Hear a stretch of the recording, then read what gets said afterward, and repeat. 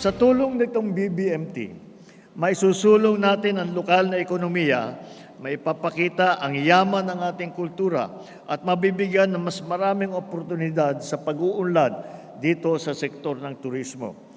DOT at saka DSWD, ipapagpatuloy nila itong BBMT program sa mga rehiyong nasalanta ng bagyo ngayong taong na ito. Una-una, nagpapasalamat po ako sa tourism at sa ating Pangulo na hindi po pinababayaan ng mga kagaya namin na nagtatrabaho sa mga resort.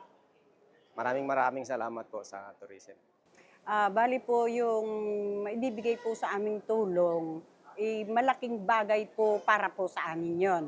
Lalo na po kami ay nasalanta po ng bagyo, malaking bagay para makatulong po sa pang-pinansyal po sa pamilya po namin. Bali po, kami po ay bilang tour guide po sa Mother Falls, marami pong mga bumagsak po ng mga puno, bali may bumaha,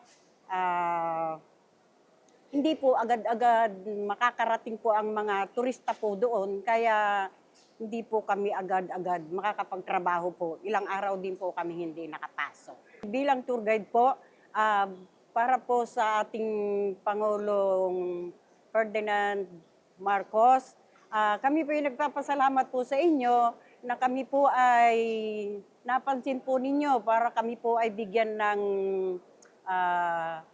tulong. Pinapanalangin po na lang namin po sa inyo na sana po ay marami pa po kayong mga matulungan gaya po namin.